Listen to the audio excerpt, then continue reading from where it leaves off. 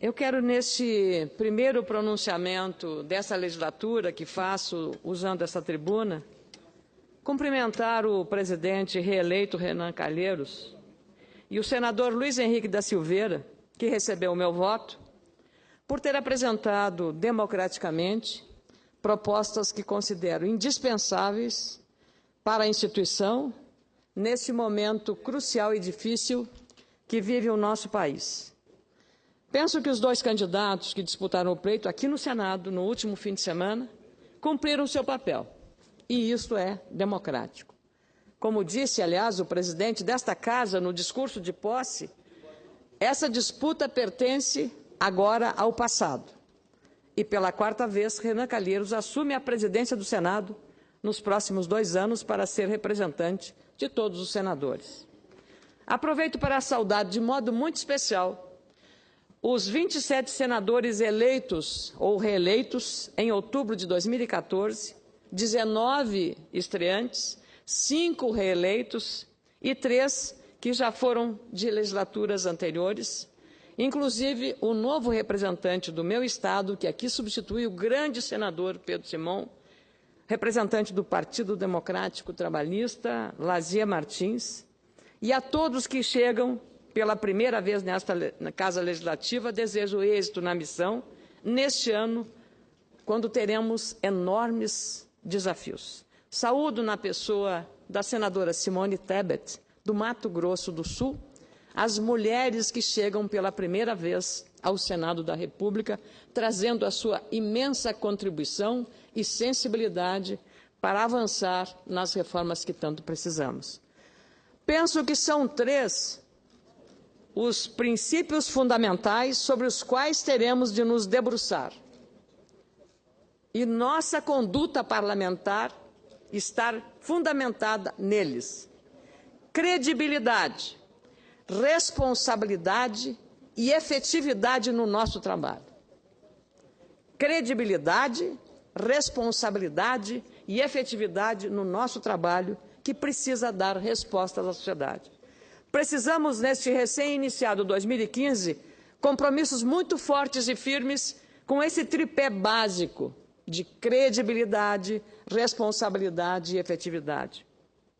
Credibilidade para que a nossa instituição resgate perante a opinião pública a confiança na sua capacidade para contribuir decisivamente para a solução dos graves problemas nacionais, no campo econômico, no campo fiscal, no campo social e no campo político. A credibilidade do nosso país, como todos sabem, está também como esta instituição e os demais parlamentos do nosso país em baixa.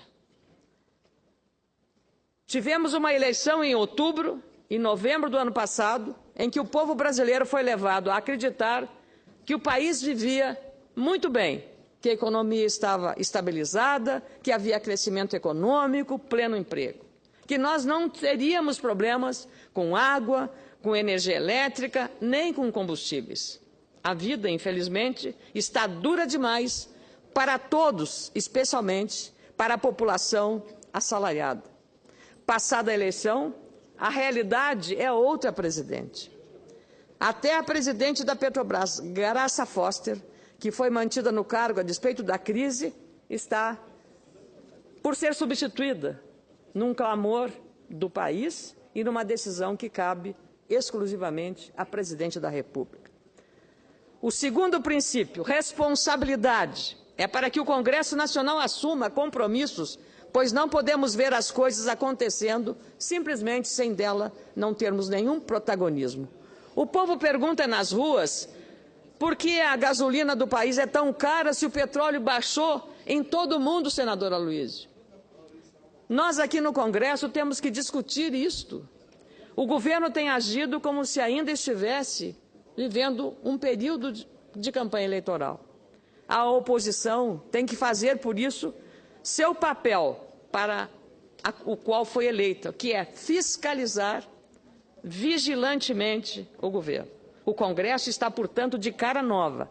Na Câmara Federal, presidida agora por Eduardo Cunha, dos 513 deputados, 198 são novatos. O povo fez uma grande renovação.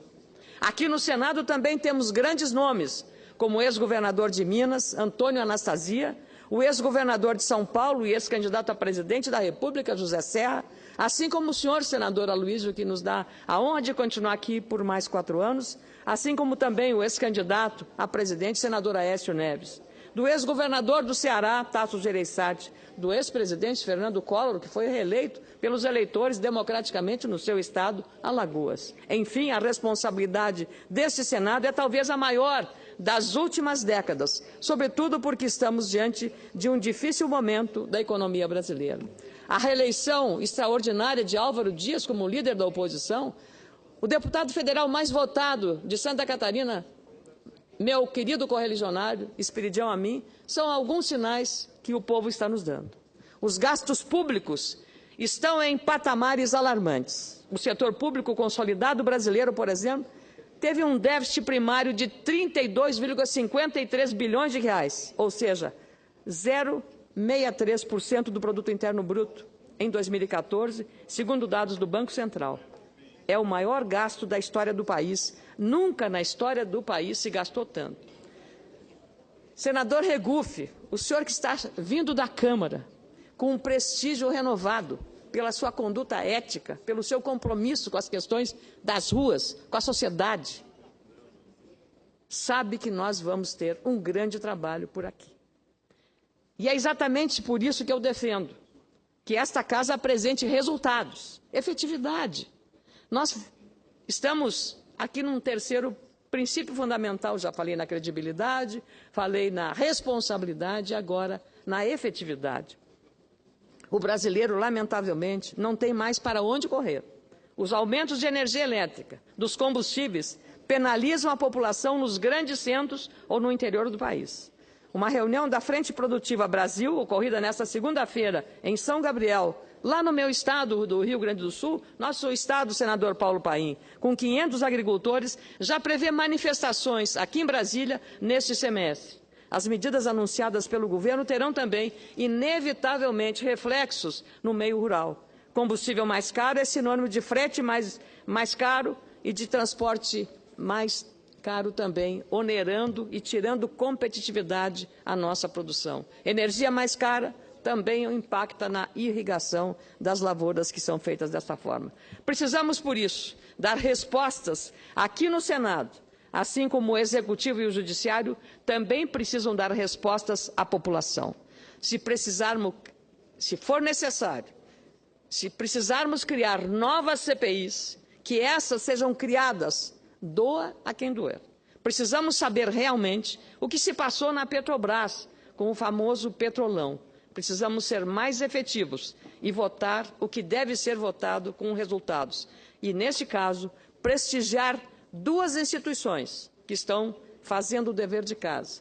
O Ministério Público Federal, e aí cito na pessoa do Dr. Rodrigo Janot, o juiz Sérgio Moro, no Paraná, da Polícia Federal do Paraná, que o senador Roberto Requião, pessoalmente, que tantos dilemas tem com o Poder Judiciário, fez um registro da qualidade, da integridade deste magistrado, Sérgio Moro.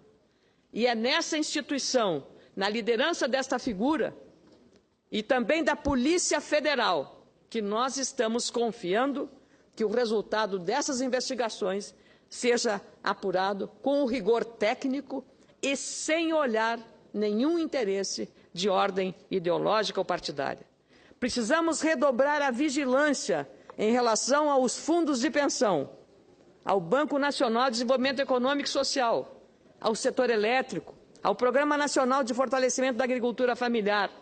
As reformas necessárias como a política fiscal não podem mais ser adiadas. O enfrentamento da corrupção, o eficiente controle dos gastos públicos sem sobrecargas aos trabalhadores e aposentados, e as ações em favor dos municípios, por meio de um renovado e efetivo pacto federativo, são medidas mais que urgentes. Não podem ficar na retórica, nos nossos discursos aqui na tribuna, nas nossas entrevistas no rádio e na televisão, ou no jornal. Precisa ter resultados. Estou terminando, caro presidente Paulo Paim. No ano passado, por exemplo, aprovamos uma PEC de minha autoria, a PEC 39, que amplia 1 ponto percentual o montante de arrecadação do Imposto de Renda e do Imposto de Produtos Industrializados, o IPI, no Fundo de Participação dos Municípios, o FPM. Mais de 5,5 mil cidades brasileiras poderão ter uma receita adicional de 2 bilhões e 800 milhões por ano, com essa emenda constitucional. É um fôlego para os endividados municípios. A federação, no entanto, precisa de ajustes mais amplos, mais abrangentes. Precisamos ser efetivos, ter resultados, pois o povo foi às ruas em 2013, votou em 2014 e agora espera respostas dos parlamentares. Para a grande maioria dos 3.600 entrevistados das cidades e regiões metropolitanas de Porto Alegre, Rio de Janeiro, São Paulo, Belo Horizonte, Recife, Distrito Federal, a qualidade do serviço público do país ainda está muito, muito aquém do esperado. Temos, portanto, nas mãos, neste momento, a responsabilidade de dar respostas à sociedade brasileira. Passamos por preocupante fase econômica e política, que vai exigir de cada um de nós, parlamentares, mais do que autonomia e independência. O parlamento brasileiro precisa agora, já, acima de tudo, de credibilidade, de responsabilidade e de efetividade no seu trabalho. Muito obrigada.